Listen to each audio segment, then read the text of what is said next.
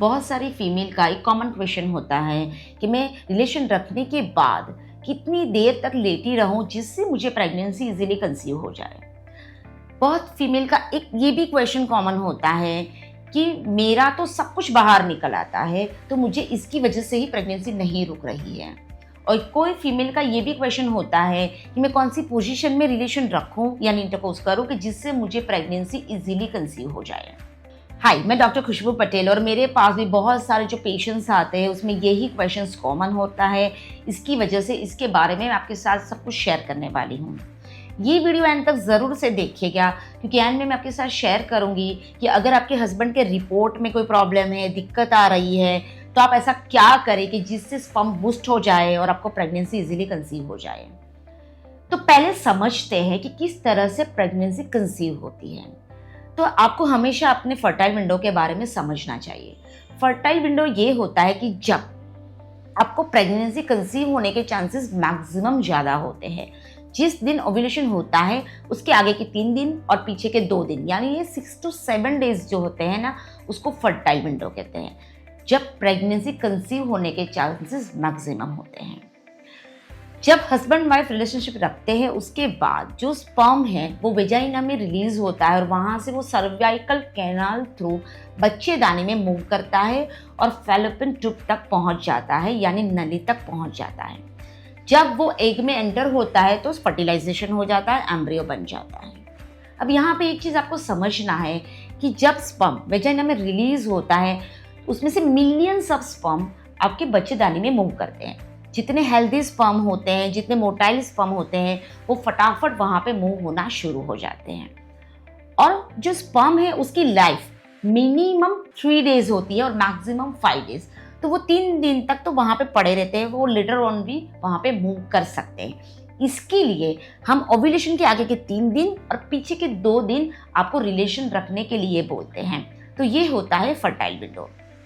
अब आपकी जो क्वेश्चन है उसको हम 1 by 1 समझने की कोशिश करते हैं। सबसे पहला क्वेश्चन है कि कितनी देर तक लेटी रहूं कि जिससे मुझे प्रेगनेंसी कंसीव हो जाए।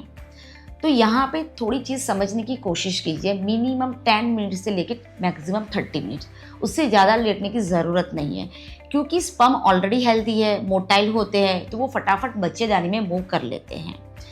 बट क्यों हमें मिनिमम 10 और 30 मिनट तक लेटे रहना है? क्योंकि जब भी आप खड़े होते हैं तो ड्यू टू ग्रेविटी वो सब कुछ लिक्विड बाहर आने ही वाला है। तो इसके लिए आपको अगर 10 मिनट भी लेटे रहेंगे तो चलेगा, बट इसके लिए 2-2 घंटे या 3-3 घंटे तक लेटे रहने की कोई ज़रूरत नहीं है। एक दूसरा क्वेश्चन होता है कि एक दूसरा क्वेश्चन होता है कि सब कुछ बाहर आ जाता है, तो वो समझिए। जो सीमेन होता है उसमें 10% ही स्पर्म होते हैं और 90% तो लिक्विड ही होता है। जो लिक्विड होता है, जो एंजाइम्स है, हार्मोन्स है, उसकी वजह से बनता है। तो जब अंदर सीमेन रिलीज होता है उसमें से जो 10% स्पर्म है तो वो तो ऑलरेडी मूव होना शुरू हो जाते हैं और बाकी का जो 90% है वो लिक्विड बाहर ही आएगा, अंदर जाएगा कहाँ पे? तो अगर आप 10 मिनट लेटे तो भी वो जब आप खड़े होंगे बाहर निकलेगा। अगर आप 3 घंटे भी लेटे रहे उसके बाद भी वो लिक्विड बाहर ही आने वाला है, तो उसका स्ट्रेस लेने की ज़रूरत नहीं है। कई बार फीमेल की नेचर होता है कि फ्रेंड्स के साथ गॉसिप करते हैं, बात करते हैं और फ्रेंड बोलती है तो मेरा तो कुछ नहीं निकलता, तेरा ही निकल रहा है। तो एक चीज़ समझिए, हर मेल की अपनी जो सीमेन की वॉल्यूम है वो अलग अलग होती है। तो किसी में कॉन्सेंट्रेशन ज़्यादा होता है और वॉल्यूम कम होती है, तो वहाँ पे उनको बहुत ही मिनिमम अमाउंट में लिक्विड निकलता है, बट निकलता तो सही है।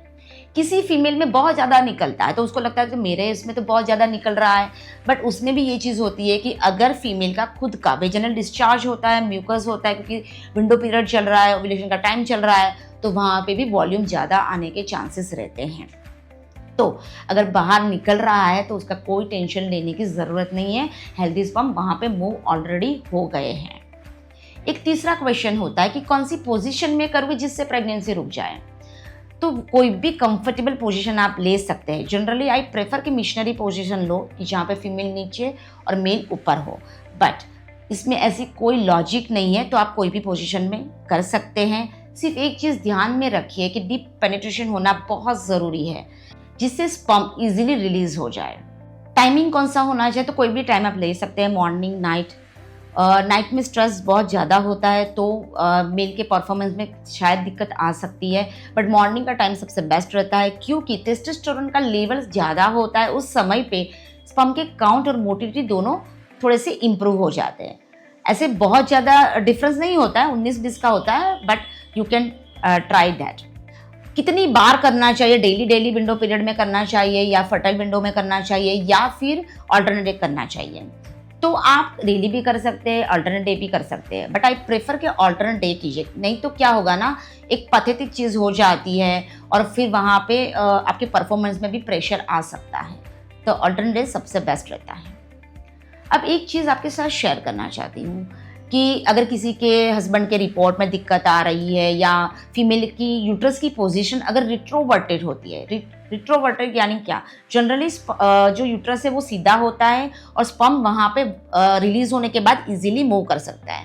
बट अगर किसी फीमेल में सर्जरी हुई है या कोई इन्फेक्शन है कि जिसकी वजह से एडिशन हो गया है, एडिशन यानी ऑर्गन सब एक दूसरे के साथ चिपक जाते हैं, तब उसकी जो पोजीशन है वो रिट्रोवर्टेड हो जाती है, तो स्पर्म जब रिलीज होते हैं ना वो वहां तक पहुंच ही नहीं पाते हैं।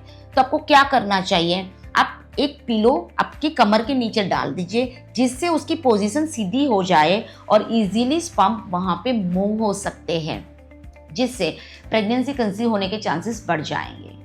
तो फ्रेंड्स, आपको ये इंफॉर्मेशन बहुत ही हेल्पफुल होने वाली है। आपकी बहुत सारी बिलीफ है कि मैं ये करूं जल्दी निकल जाता है, कितने टाइम तक लेटी रहूं या कौन सी पोजीशन में करूं, तो ये सबके आंसर मैंने यहाँ पे दे दिए हैं। तो आप लोगों की मत सुनो, आप अपने हिसाब से ये वीडियो देखने के बाद डिसाइड कर लीजिएगा, जिससे आपके प्रेगनेंसी रुकने के चांसेस बढ़ जाएंगे। तो ये इन्फॉर्मेशन आपको बहुत ही हेल्पफुल होने वाली है, तो ये वीडियो ज़रूर से लाइक कर लीजिए। बहुत सारी फीमेल जैसे आपकी फ्रेंड्स है, रिलेटिव्स है कि जो यहाँ पे उनको कन्फ्यूज़न रहता है, तो आप उनके साथ भी शेयर कीजिए जिससे उनको आइडिया आ जाए और इन्फॉर्मेशन मिल जाए। और मेरी चैनल को ज़रूर से सब्सक्राइब कर लीजिए क्योंकि मैं ऐसे ही बहुत सारे टॉपिक आपके साथ लेकर आने वाली हूँ जिससे आपको इन्फॉर्मेशन मिलती रहे। तो मिलते हैं नेक्स्ट वीडियो में, तब तक थैंक यू सो मच।